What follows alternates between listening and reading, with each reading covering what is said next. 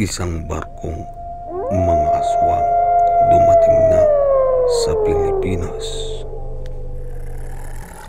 Sa dalampasigan ng isang liblib na baryo sa Visayas, may mga mangingisdang madalas nagkukwentuhan tuwing gabi habang nag-aayos ng lambat. Sa gitna ng katahimikan, bigla nilang napansin ang kakaibang ilaw na palapit mula sa dagat. Akala nila ay isang lumang barko ng mga banyaga o cargo ship na naglayag ng mali ang ruta. Ngunit habang papalapit ito, unti-unting lumilitaw ang nakakatakot na anyo ng barko. Itim ang kulay, puro ng kalawang at mga nakasabit na nakalansay sa gilid, tila bangkay lumutang sa alon. Ang mga matatanda sa baryo ay nagsimulang magdasal sapagkat matagal nang unang umiikot ang alamat tungkol sa barkong aswang, isang lumulutang na sasakyang pandagat na lumilitaw lamang tuwing kabilugan ng buwan.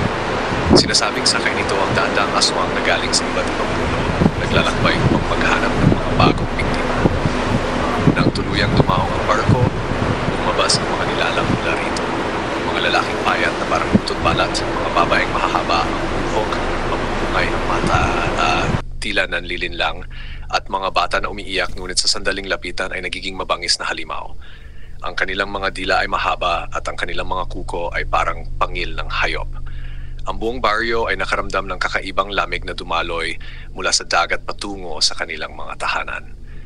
Isa sa mga mangingisda, si Mang Teofilo, ang unang nakakita ng leader ng mga aswang, isang matandang lalaki na may pulang mata at boses na parang umuugong sa hangin. Mga tao, wika nito, gutom na kami. Panahon na upang maghandog kayo ng dugo. Nagkagulo ang mga taga-baryo.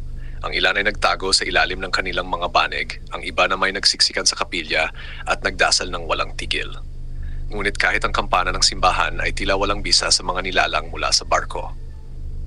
Kinagabihan, narinig ng lahat ang iyakan ng mga bata, ungol ng mga hayop at ang mga yapak na tumatakbo sa paligid. Isa-isang naglaho ang mga alagang baboy, manok at kalabaw. May mga pamilyang nagising at nakita ang kanilang mga anak na kinakaladkad ng mga nilalang papunta sa dalampasigan. Ngunit hindi lahat ng taga-baryo ay sumuko. May isang albularyo, si Apocardo, na matagal nang naghahanda laban sa araw na ito. Sa kanyang baul ay nakatago ang mga lumang anting-anting, langis na galing sa itim na butiki, at mga orasyon na iniwan pa ng kanyang mga ninuno. Pinangunahan niya ang mga matatapang na kalalakihan ng baryo, dala ang sibat na binalot ng asin at bawang. Habang sumasalakay ang mga aswang, nagliyab ang dalampasigan sa apoy mula sa mga sulo. Ang hangin ay napuno ng halakak at iyakan ng mga nilalang mula sa barko. Ngunit nang magsimulang bigkasin ni Apocardo ang kanyang makapangyarihang orasyon, nagsilabasan ang nakakasilaw na liwanag mula sa kanyang agimat. Ang mga aswang ay nagpasigaw at nagtakbuhan pabalik sa barko, ngunit hindi lahat ay nakatakas. Ang ilan ay nasunog at naging abo. Bago tuluyang lumubog muli sa dilim ng dagat ang barko, narinig ng lahat ang tinig ng kanilang pinuno. Hindi pa ito ang huli. Babalik kami, mas marami, mas mabangis. At sa susunod, hindi lamang ang inyong baryo ang aming sasakupin, kundi ang buong kapuluan. Mula noon, tuwing kabilugan ng buwan, ang mga taga-baryo ay hindi na nakakatulog. Laging nakabantay, nakikinig sa hampas ng alon, baka muli na namang dumating ang barkong aswang. Mula nang unang dumating ang barkong aswang, hindi na muling naging payapa ang baryo. Kahit na ipagtanggol sila ni Apocardo at ng mga matatapang na mangingisda, ang pangakong pagbabalik ng pinuno ng mga aswang ay nananatiling nakababad sa kanilang isipan. Tuwing gabi, kahit hindi pa kabilugan ng buwan, may mga himig na naririnig sa dagat, tila awit ng mga babaeng umiiyak o halakak ng mga batang naglalaro. Ngunit sa tuwing lalapit ang sinuman sa baybayin, wala silang makikita kundi malaking bakas ng paa na basa sa buhangin na unti-unting nawawala kapag tinatapatan ng liwanag ng buwan.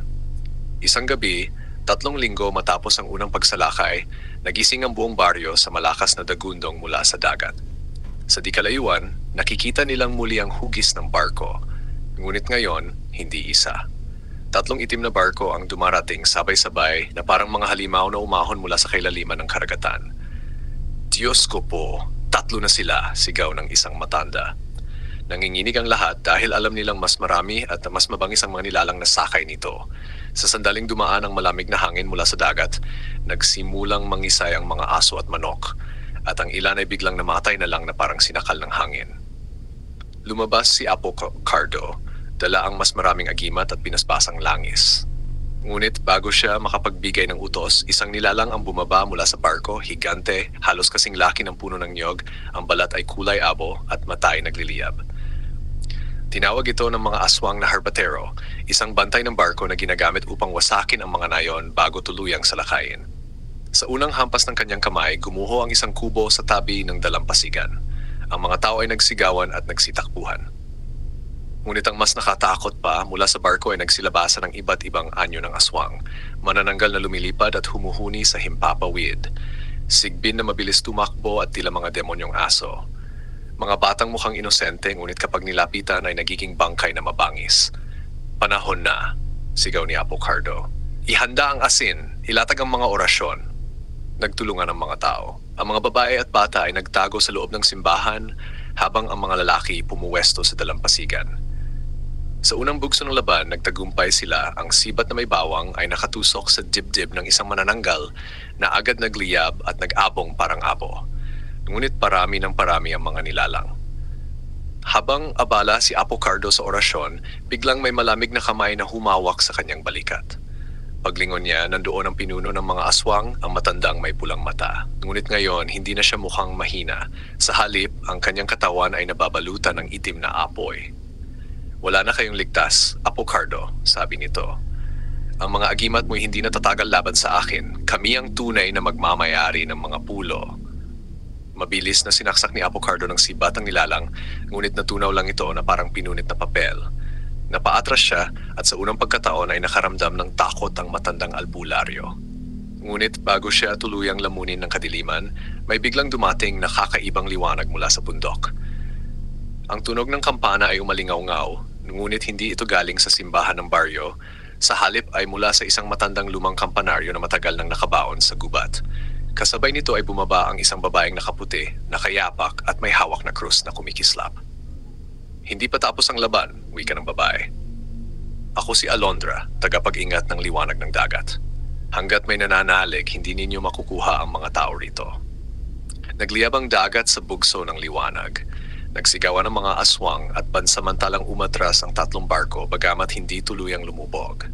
Bago sila maglaho, muling nagsalita ang pinuno ng mga aswang. Babalik kami. At sa susunod, kahit anong liwanag ay hindi na makapipigil sa amin. Sa kabilugan ng buwan, ang buong dagat ay magiging amin. At sa ikalawang pagkakataon, nag-iwan sila ng pangakong mas malupit kaysa sa una. Abangan ang mga susunod na mga kwento dito lang sa KLTV. Kwentong Kababalaga.